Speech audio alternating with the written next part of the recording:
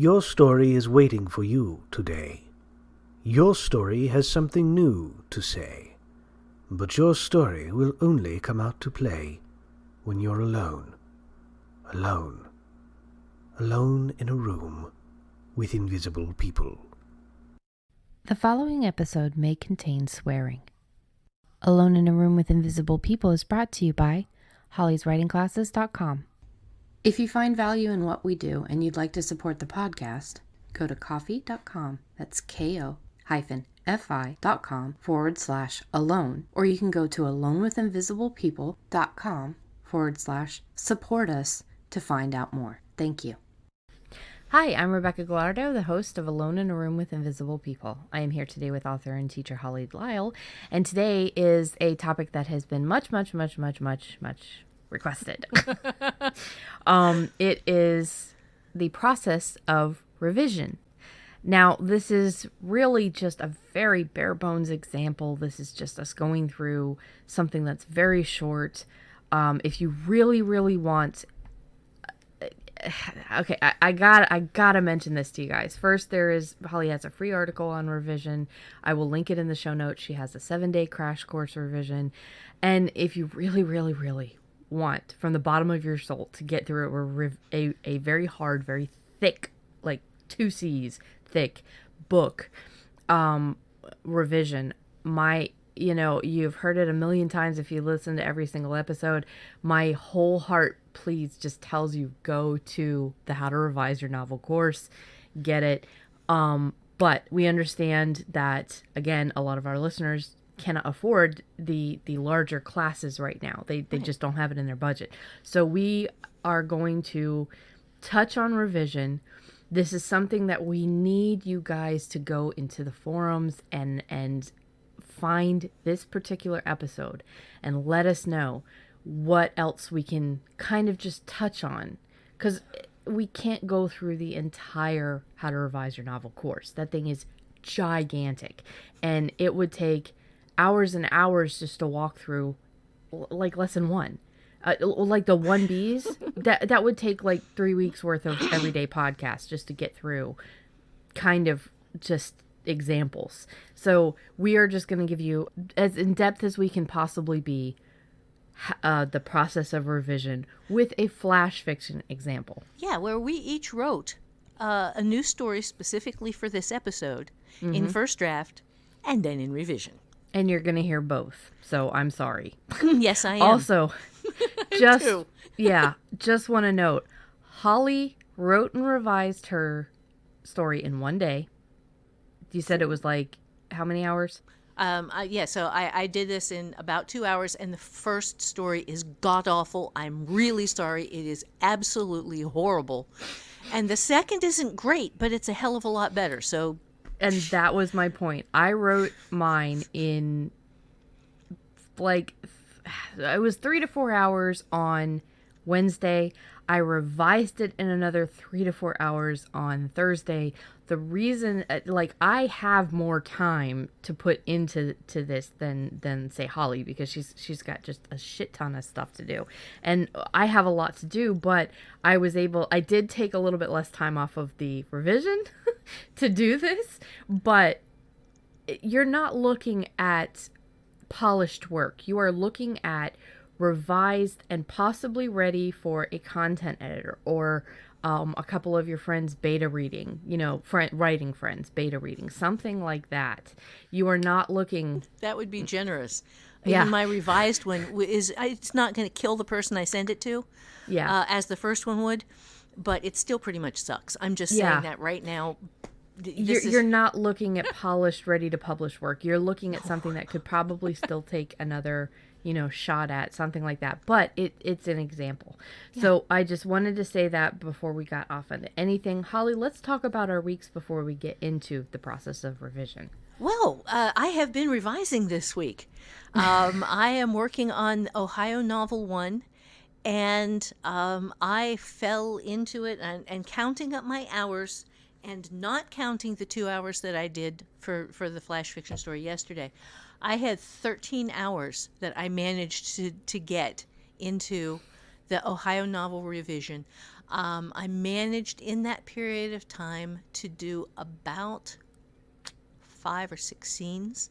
I'm not yet to the halfway point on it. I am now at the point where I'm having to add a lot of new stuff because my revision notes, of course, were fairly extensive. And what I discovered once I put everything into the hero's journey framework, changed a number of scenes that I'm going to now have to rewrite completely. So I've still got a lot of work ahead of me. Yeah. But, oh my God, I love this book so much. I do. I am so crazy about the story and the characters, and it just makes me happy. And then you also put in the time for the... Right, the 2 hours for the demo for today. Yeah. Yeah. Yeah, so, and my week, oh my God.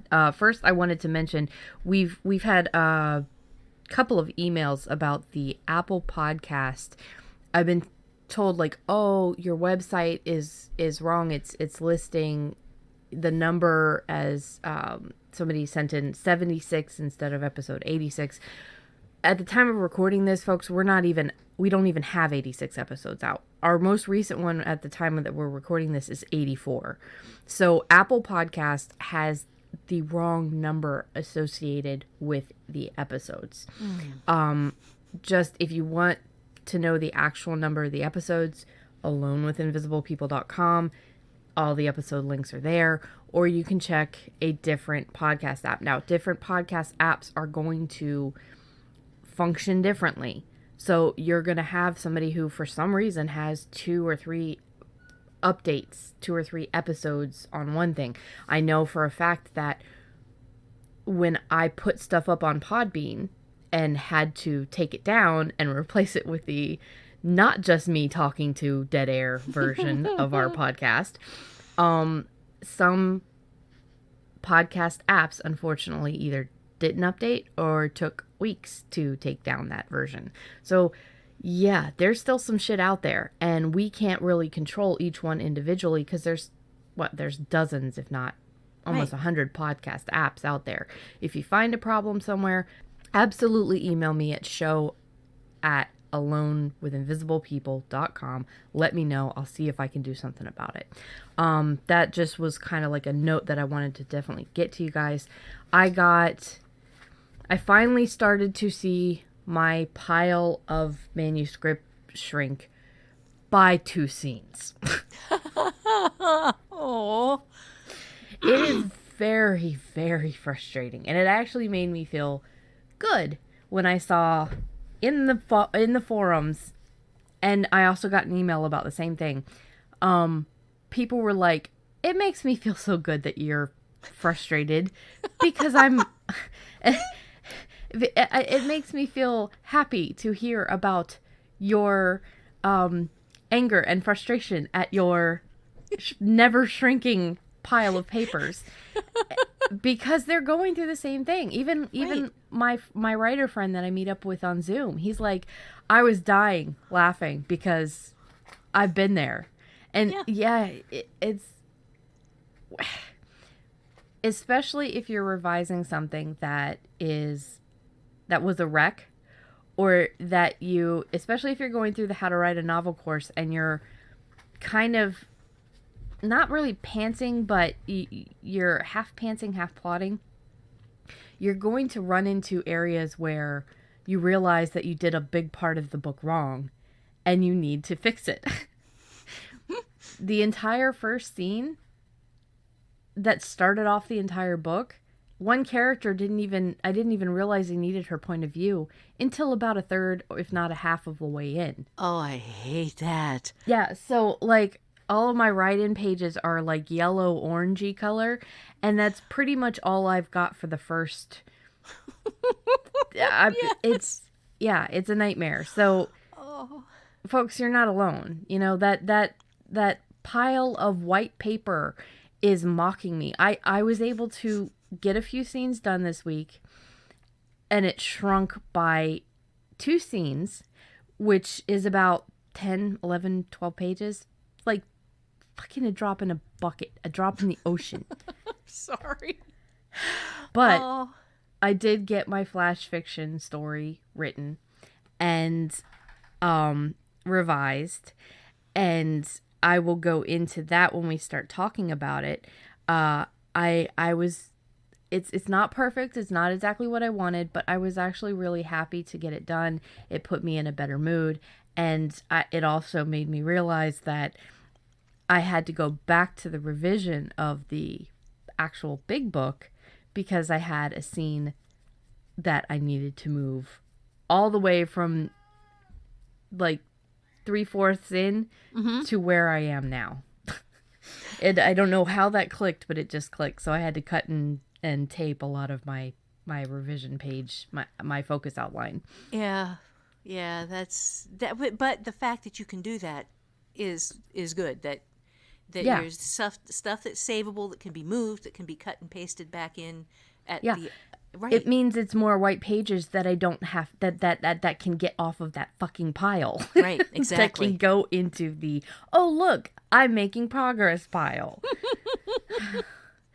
It's Yeah. okay. So yeah, anyway, let's go into the process of revision.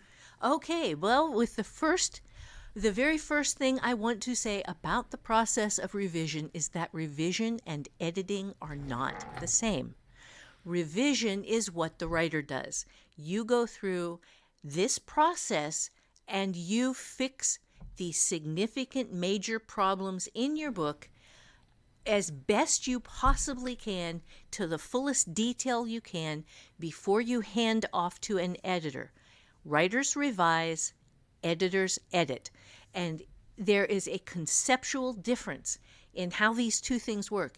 Editing is going through and finding typos and spellos and finding places where you might have missed the plot, where you might have done some wrong stuff with part of a storyline, or have your character out of context, or have your character doing something that character wouldn't do, or finding places. Okay, go ahead. Yeah, this is not content editing, by the way. This is not what Matt, her husband, does. Right. But this is what an editor does versus what a writer does, which is revise. Right. Content editing is completely different, and we know you guys want to know Matt's opinions on that, and we are working with him to put an episode together soon.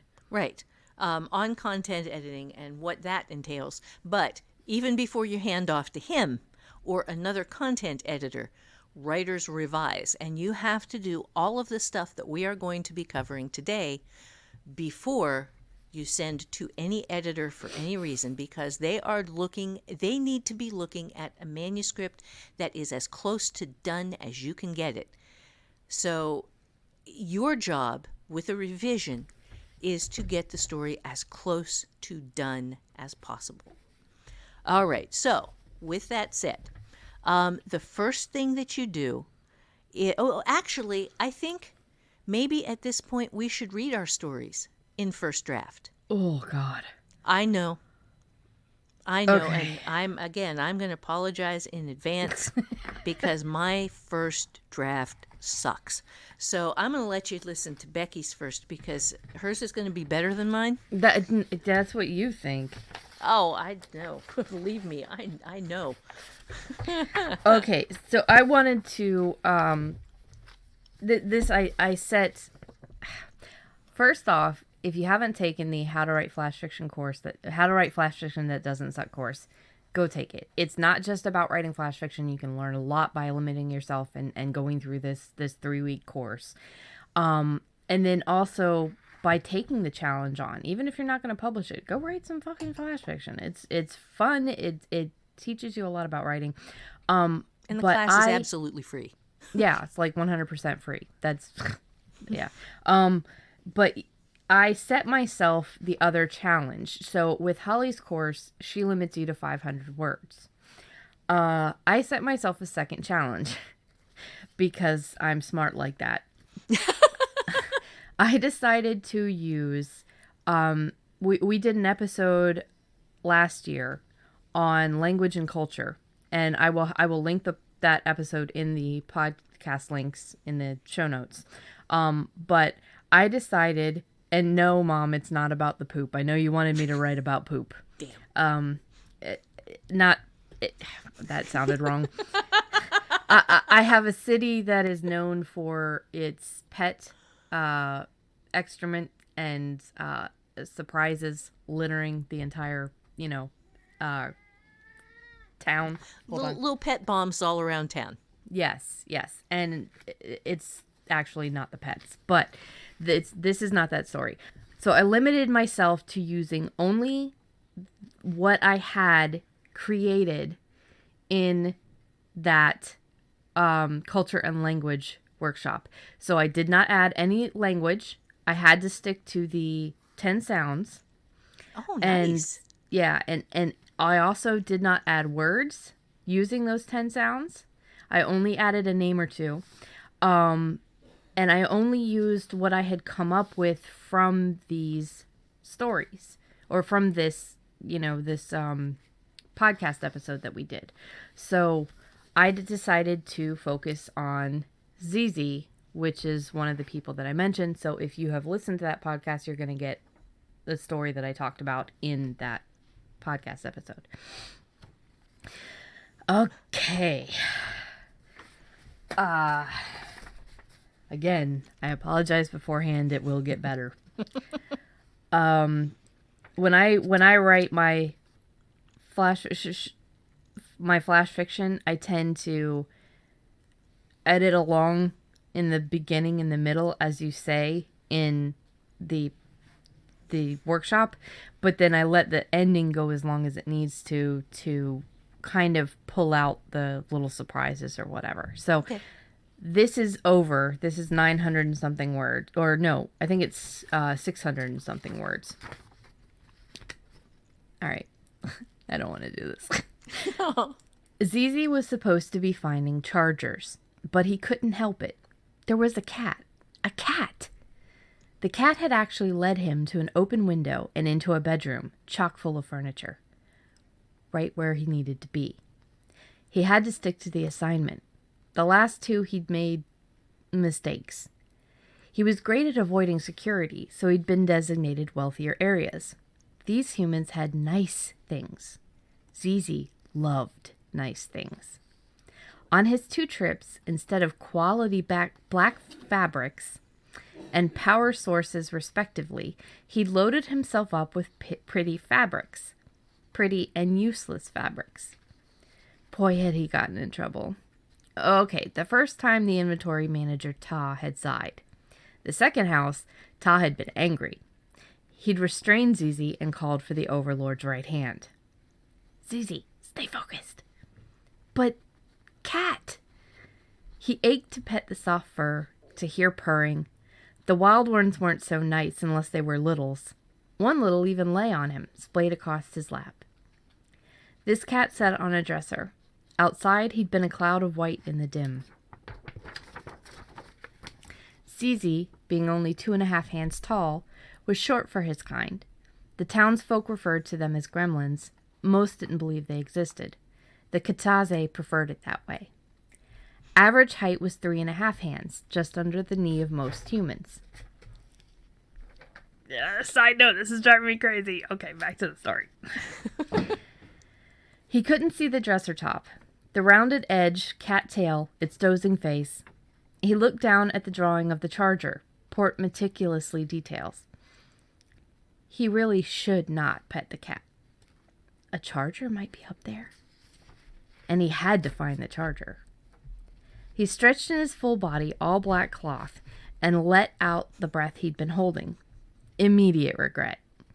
The head covering trapped the scent of the fish he'd eaten from the garbage. His breath smelled of human stink pots. Grabbing the highest knob on the dresser he could reach, he slowly climbed. Light of feet, silent Z. At the top, he pushed his leg over, rubber sole sturdy on the surface. Pushing with his hands and core, his other leg and torso slid onto the wood. He stood. To his left, the fluff slept, undisturbed. A familiar white wire ran the length of the dresser behind him. A charger! He turned, and immediately his stomach dropped, and he felt both numb and electrified. He was staring with pure terror into his reflection. A mirror. Trapped! But the fabric. Inky black fabric and rubber. Non-reflective drab cloth. It's not working. It was supposed to protect his kind. keep them from getting caught in the snares of witches, Zehek, who watched through reflections. Yet Zizi was frozen in place, spellcast. His chest felt tight, and he struggled to breathe, petrified, making noises. Noise! One of the best thieves, now squeaking. He felt the eyes. The cat sniffed the air, stretched its frame, turned. Hide me. Inches away, hissed, scaring him. His arms were weights at his side, head unable to turn, his eyes filling with tears. Growling began, peppered with more hisses. Zizi watched in the reflection a figure rise from the bed. His heart pounded. Not a little, not yet a big. The voice broke off. A scream broke out. The human saw him in the moonlight. Her reflection shuffled around, and then he felt something whiz by his head. The mirror shattered as a book slammed into it. The window. He ran... Oh, sorry. The window. He ran around the cat who swiped at him. He jumped from the dresser to the image box to the bookshelf, just missing another book thrown at him. He leapt in the air to the desk, a chorus of screams and shouts. The door opened as his feet hit the ground. He ran through the overgrowth into the forest, ripping his clothes off, running naked. Nothing could protect them from reflections. He'd expected to be taken to the Overlord with his discovery. Ta sighed. Sewing duty, Zizi. 3 failures. Zizi rummaged through the rejected loot gathered from his last 2 heights. If the black rubber and fabrics couldn't protect them, there was no reason he couldn't wear nice things. Ha-ha. Yeah, so I was not thrilled. It didn't have the right tone. It had a lot of extraneous parts. I caught right away when I was going through it that the talking about 2.5 hands and how tall they were, and that was both me telling but also figuring out for myself. Right. You were world building while writing. Yeah, and there's a lot of that in here. A lot of repeated things, a lot of unnecessary things. But it's also you figuring out the story as you write.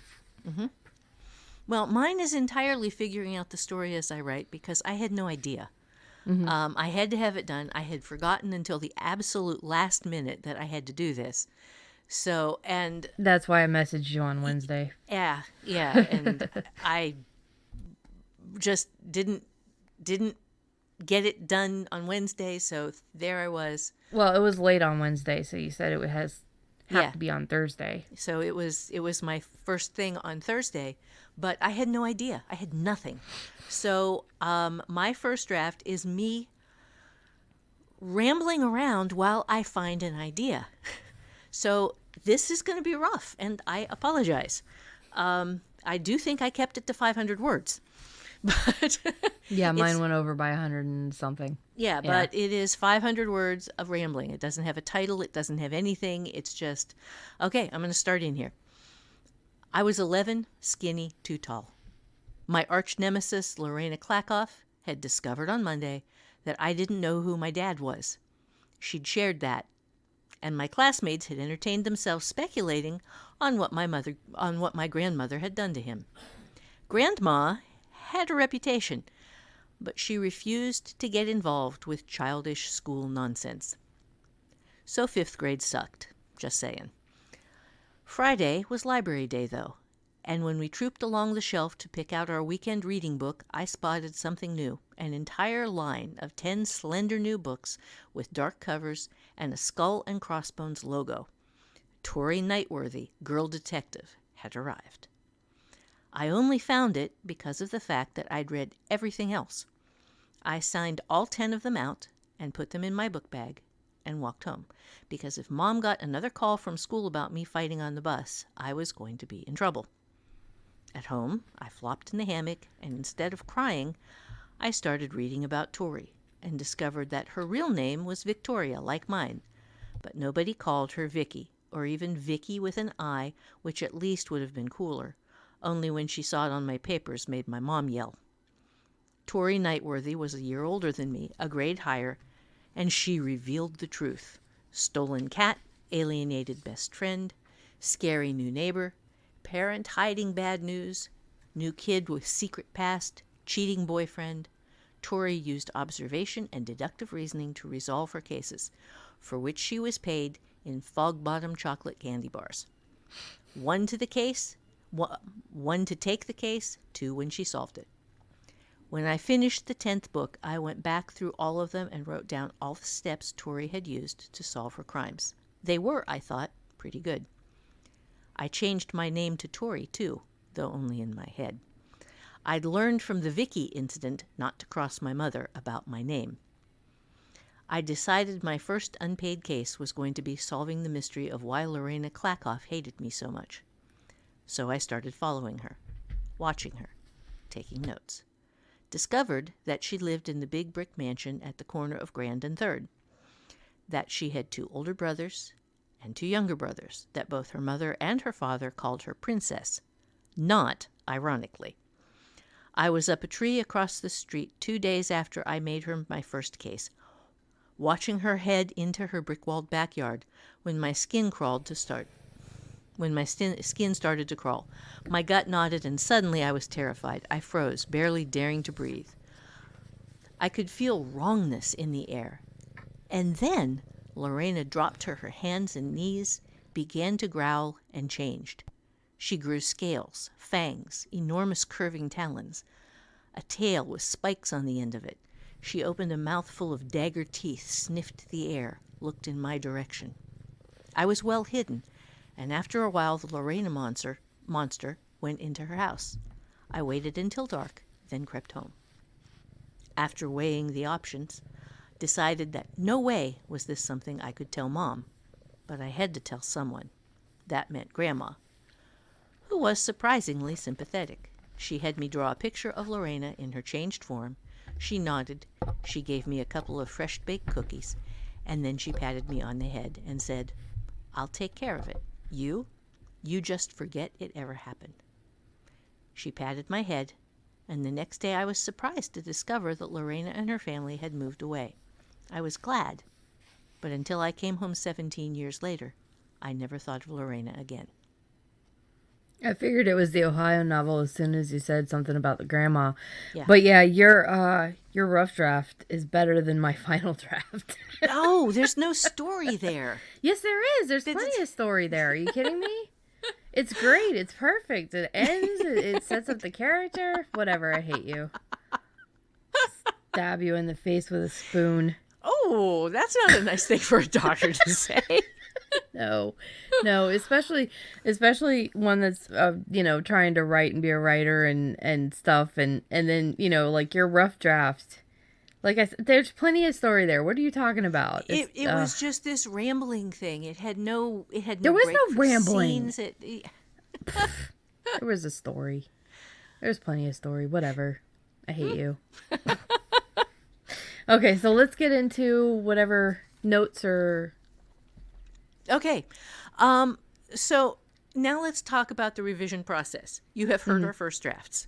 So what we both did was we went through and we identified, at least in our heads, our story theme, what we wanted the story to be about. For me, it was my main character connecting for the first time with a process that she was going to be using for the rest of her life. And for me to do that, this was not that story, but that was the theme that I wanted, that she was going to find out the first part of who she really is.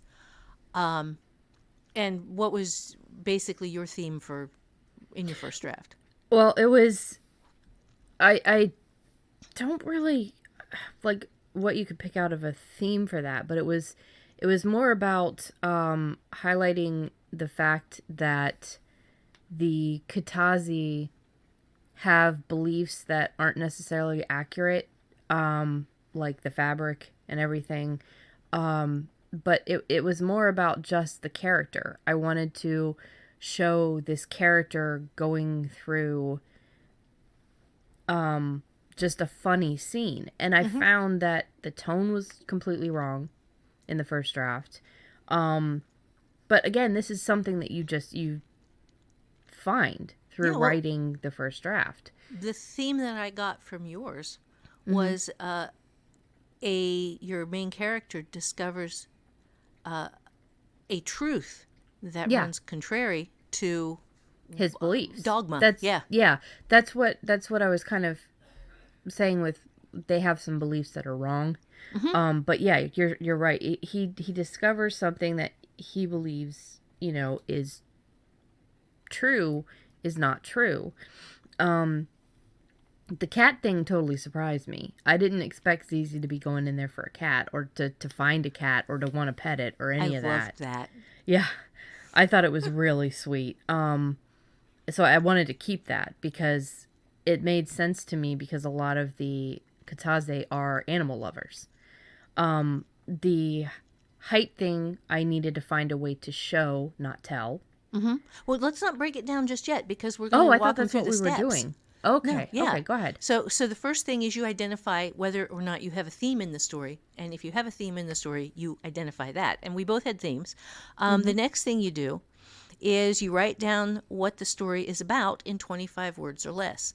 Mine was about a young girl discovering through an unpleasant incident a truth about herself that she had not known before.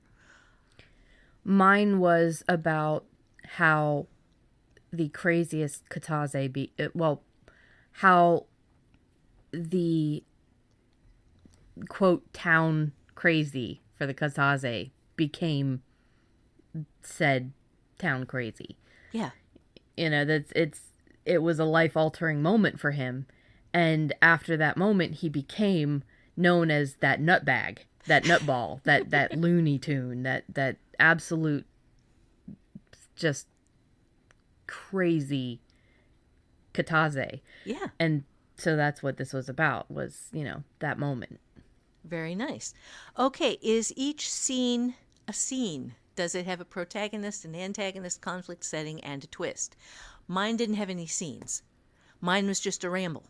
Oh, okay, I can see what you're saying. Yeah. I see what you're saying now. I had no scenes whatsoever in my story. It was just a stream of consciousness, me throwing words on the page, trying to find something that was worth writing about. Mine was all one scene. And that stays pretty much the same. I always run into this issue where I have that screenwriter idea of a scene, which is every time there is a new room, it is a new scene. Right. But when it comes to fiction, that's not true. Right. That ain't necessarily so. Yeah. Yeah. Yeah. So, like, if a character walks to the bathroom and back, that's not 3 different scenes, but in a screenplay it would be. So even then it's one scene. So I do have one scene. Yeah. Yeah. Yeah, yours was much better plotted even in your first draft than mine. Much better put together. Okay. Does the scene do something important? So mine, there were no scenes. So the thing that I managed to pull out of mine was what the story was going to be about. But as far as just it being a story, it fell down all over the place.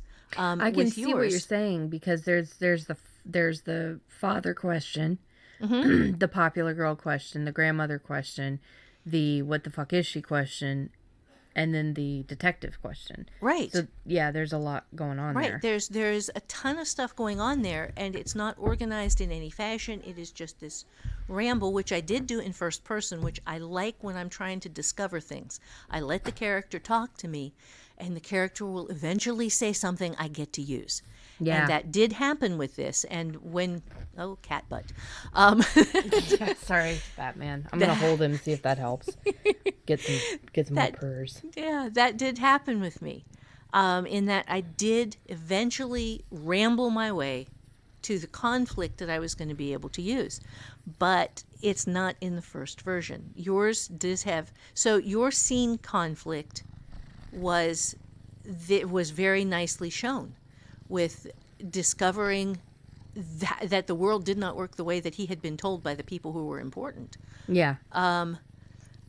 Mine, it was just all over the place. Okay, so the next question then is, does the scene contain elements that no longer fit? Yes. Yeah. And Yeah. Yeah, there were some things in there that didn't fit. Like, well, I don't know if this counts, but like the description of their size. Oh my God, Batman! Like the description of their size.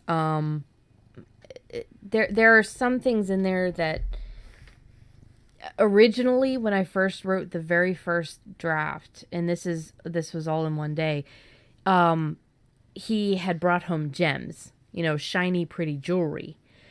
So by the time I reached the end, and I realized that this is about him, his fabric, changing his clothes, he doesn't wear jewelry. Then I went back and changed the jewelry to fabric. Now, this is still when I was writing first draft because it hadn't let it cool. This is still while I was working. steaming pile. Yes. Yeah. So that was one example of something that did not fit that I had to take out and change. And there was also mention of, there was one more thing that, I tried to get in the social structure that was not necessary, so I took that out as well. And I think after the version that you heard, I pretty much had already taken out the stuff that I felt didn't necessarily fit. Right. So it had been there in the first draft. Yes. Yeah. Yeah. My stuff that didn't fit was, well, I just had a lot of little details. She didn't need to be 11 in 5th grade or well, no, that was finding out when the story took place was a big deal. But the dad thing was not, I had already known that from elsewhere. The thing that really I needed in the story was to discover the fight between the girl in her class and her finding out. That was the thing that finally gave me a story worth telling, was that she saw this girl for what she was. Everything else was just this little backstory detail that it was kind of nice to have in there. And in the revision, I did actually keep a lot of it in very, very tiny, non-rambly form. But the story much more became focused on this one element of detection, of a detective process, which it wasn't. And this was a turning point in her life. She just didn't know it. And the thing that's important too is that people notice that, like, what you're putting on the page might be important. It might be something that would make for another good flash fiction. It just does not fit in this one. So if there's stuff in this fiction that you really, really like and you want to be able to tell people about, cut and paste and save it to a new text file. It just doesn't belong in this particular flash fiction. That's part of the limitations with this work, and it's part of the challenge. And honestly, it's part of the fun, is finding just how much you can pare it down. Oh yeah. Seriously, being able to hit the 500-word limit and have a completely plotted, tight story inside of that 500 words is one of my favorite ever puzzle games. Yeah, it's a lot of fun. It really is. Okay, so the next thing is, what is the scene conflict? And for me, it was eventually seeing the girl change. That was the conflict right there, and that was very weak because there's a lot more that needs to be in the story to make that change important. Yeah. So that was a big part of what I revised. My conflict was like, I'm pretty sure it's just that moment where he freezes. He's full of this black clothing and black, mask and these rubber soles, and he is supposed to be safe from reflections, but he's not. Yeah. So, yeah, that was the moment of conflict for him. That's huge, because if something that you have been told is true your entire life suddenly proves to be not true, that is an epic moment in your existence. Yeah. Yeah. Okay. Is the scene well written? No. No. How about you? No. Does the scene fit logically in time and space? Mine rambled over a period of several days without any breaks, without any changed locations. It was a chaotic, horrific mess. I liked it. But, I mean, I could see where you'd want to edit it and Well, stuff. yeah, it was a nice idea. When I finally got to the idea part of it, it turned out to be a nice idea. But it had absolutely no story structure whatsoever. It was a brain dump. Mine did fit. It had a very, very limited window, and it fit exactly in where it needed to be. Yeah. Is the scene full of weak words or irrelevant detail? In my case, I have gotten pretty good at not using a lot of weak words, but it was just chock full of rambly, irrelevant, start to finish detail, but the important stuff was not given weight. The unimportant stuff was given weight. It was just, well, like I said, a mess.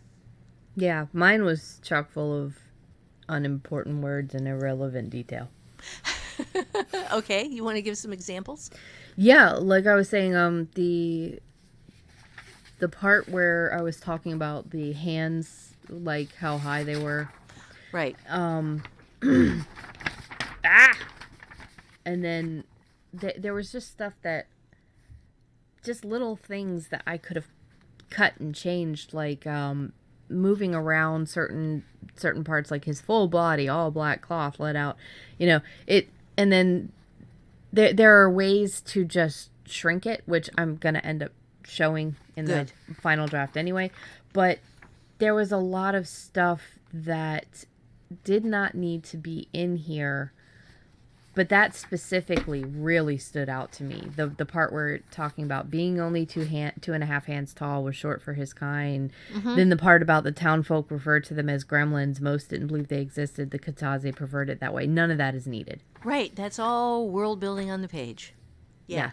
Yeah, which is stuff that you need to know, but it doesn't have to be in the story until it has to be. That's the part is that I was saying was important, right? Just not for this story.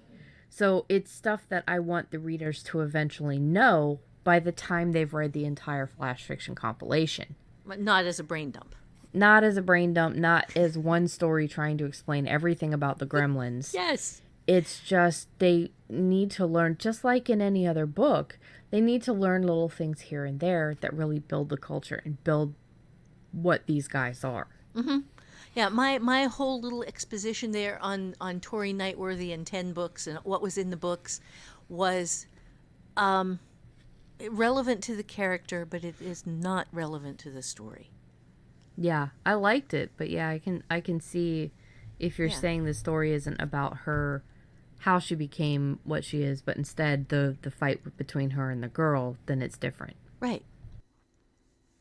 Okay, so that is the basic process, and I'm going to just read through the basic process again. And again, we're going to have links for you, the free download from my site, the short revision workshop, the big revision class.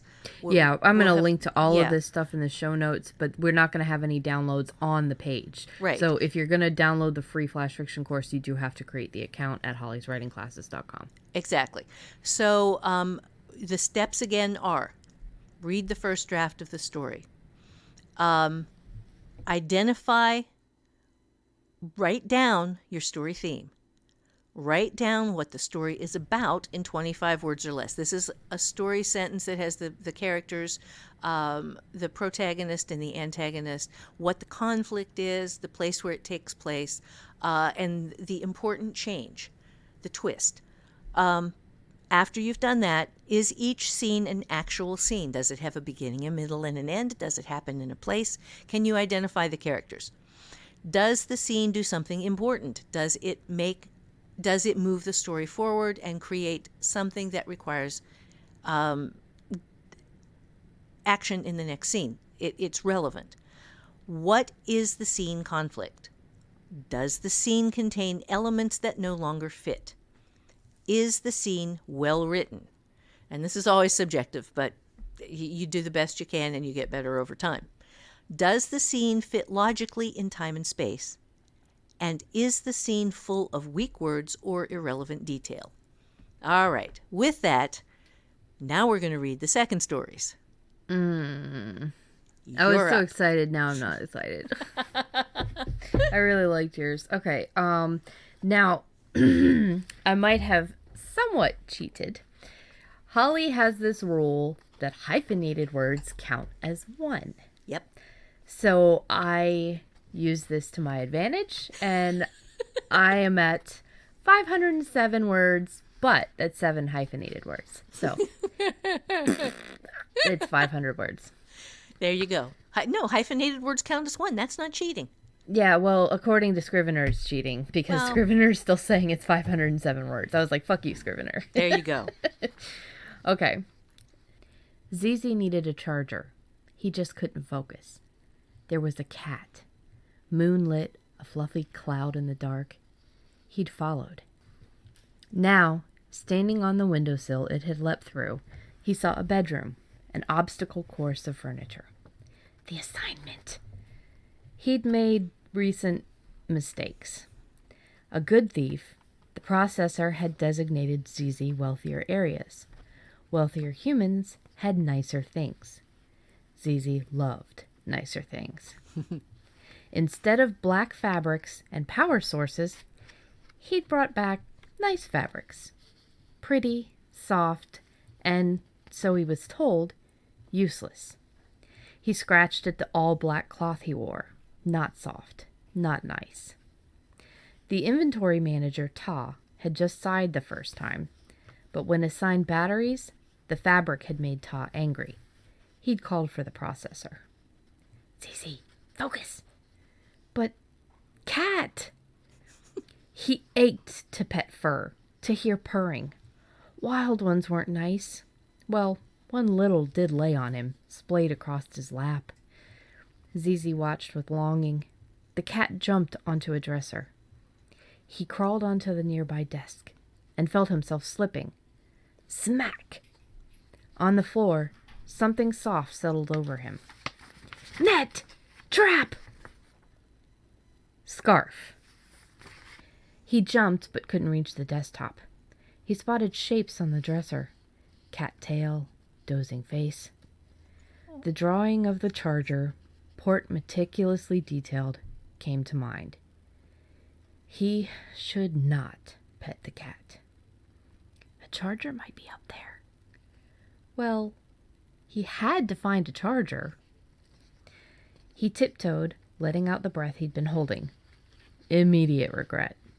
The head covering trapped the scent of the garbage fish he'd eaten, now smelling of human stinkpots. Grabbing a drawer knob, he slowly climbed. Light of feet, silent Z. On top, he pushed his leg over, rubber sole sturdy. His hands and core got the rest of him up. To his left, the fluff slept. His fingers itched at the sight. Wire ran the length of the dresser. Charger! He turned, searching for the port. His stomach dropped, a cold shock of pure terror. His reflection. A mirror. Trapped! Black fabric, rubber, eyes. Non-reflective crap was supposed to protect his kind from the Zehik, witches who watch through reflections. Yet Zizi was stuck, spellcast. His chest felt tight. He struggled to breathe, petrified. Noise! The best thief was now squeaking. The cat sniffed the air and hissed. It stood, all amber eyes and spiked fur. Growling, peppered with more hisses, filled his ears. In the reflection, movement. His heart pounded. The human, not a little, not yet a big. Snowball? Silence, then a scream. Spotted! Her reflection shifted. He felt air whiz by. The mirror shattered as something slammed into it. Free! He ran around the cat who swiped at him, jumped from the dresser to the image box, the bookshelf, and leapt to the desk. more screaming covering his movements. He jumped outside and ran, ripping clothes off, soon naked and home. Black fabrics lies exposed, he demanded the overlord. Ta sighed. Sewing duty, Zizi. 3 failures. Zizi rummaged through his collections. Black rubber and fabrics didn't work, so why not wear nice things? Cool. It's much, much better than the first draft, but I don't know.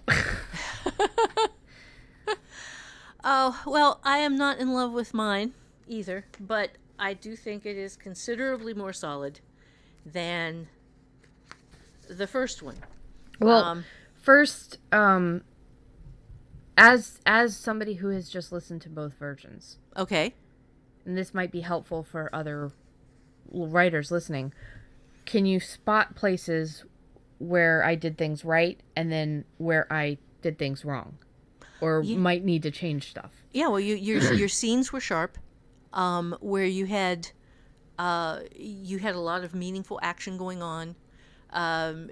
Poor little guy didn't get to pet the cat, and I felt so bad for him. Yeah.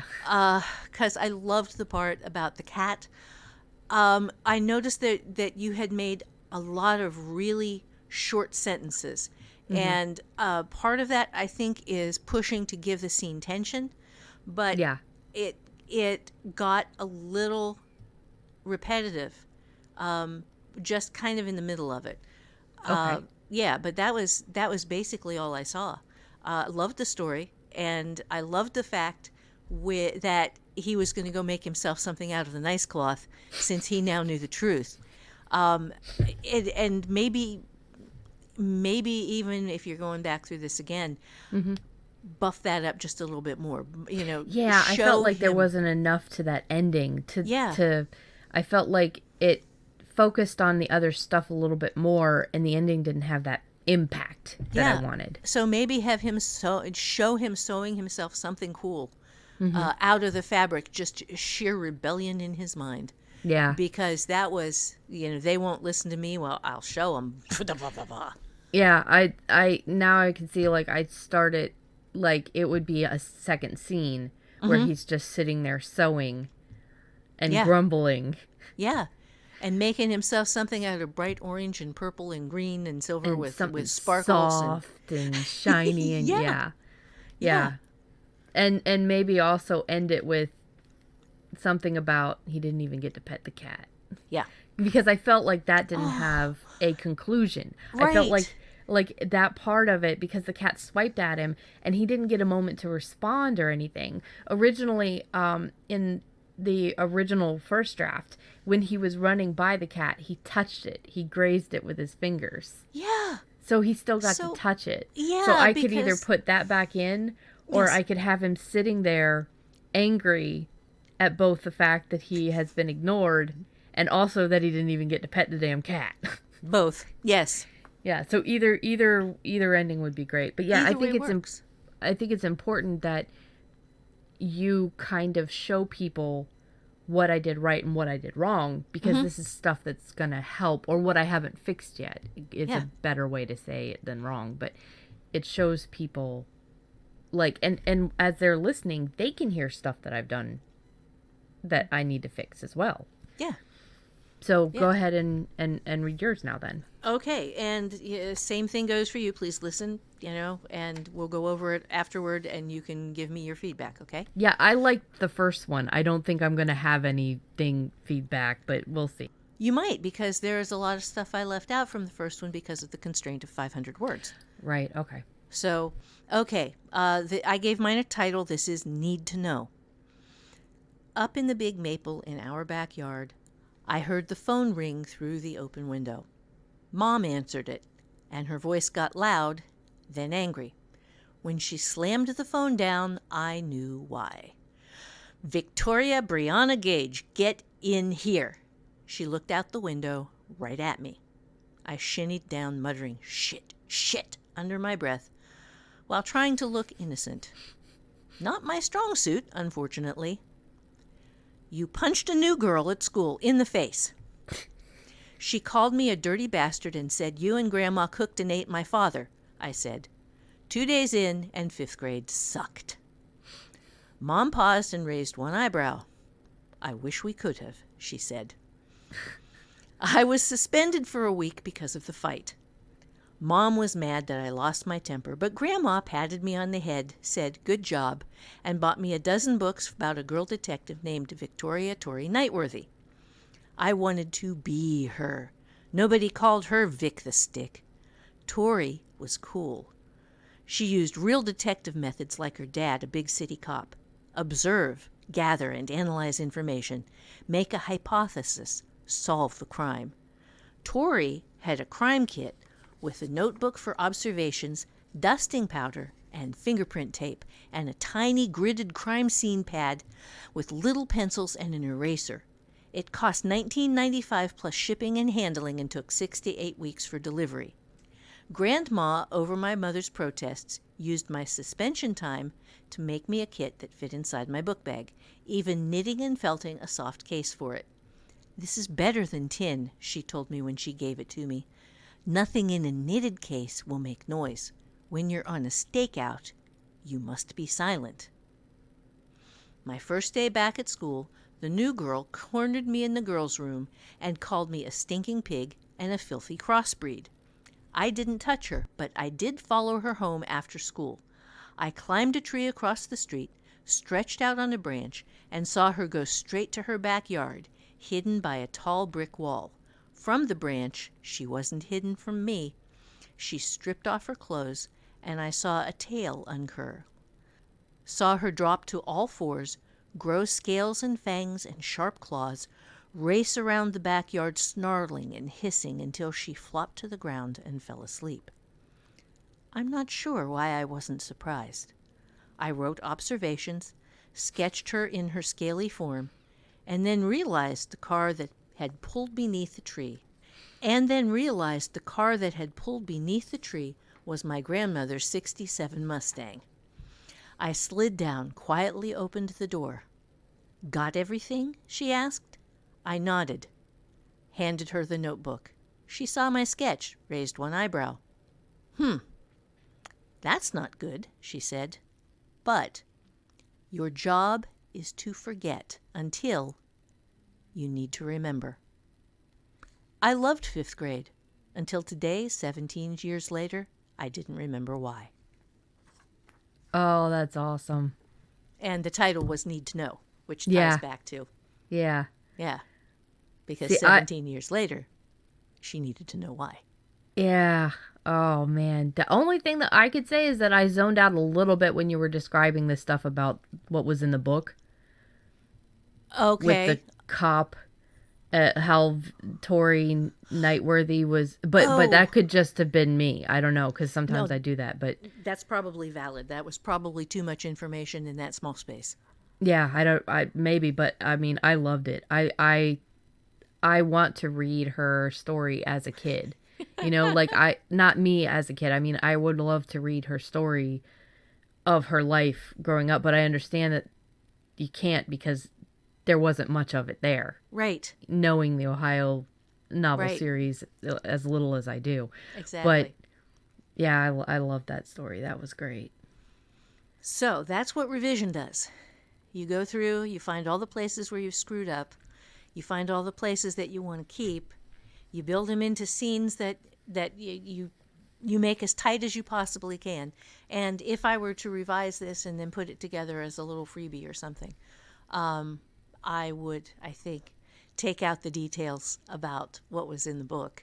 Well, I mean, some of it you need. You know, it's Yeah. just I just noticed that I had zoned out a minute there, or not a minute, but just a few seconds there, and I was like, oh wait, I got to get back. Sorry. Yeah, But no,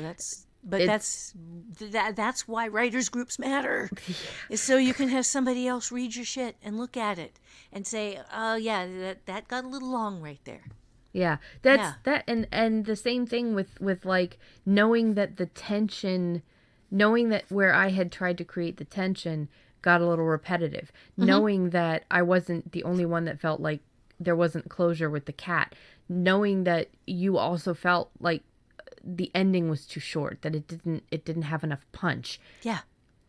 Hearing that from other people can sometimes tell us what we don't know, but it can solidify what we feel in a way that is tangible. And if you're looking for a writer's group and you're just nervous and you don't want to try like real life ones, we've got a great community, hollyswritingclasses.com. Mm-hmm. Again, joining you will get the free flash fiction course, which teaches you how to do all of the stuff that we just did today. And then you can go into the flash fiction forums and post for, hey, does somebody else out there have something that they need reviewed, because this would be cool, if you read my stuff. Do we have a takeaway for this episode? Yes, we do.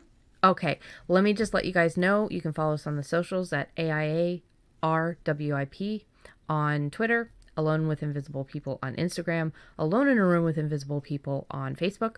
You can find our website at alonewithinvisiblepeople.com. You can find out ways to support the podcast if you go to alonewithinvisiblepeople.com/support us. There is also a little PayPal box if you guys wanted to throw a couple bucks our way.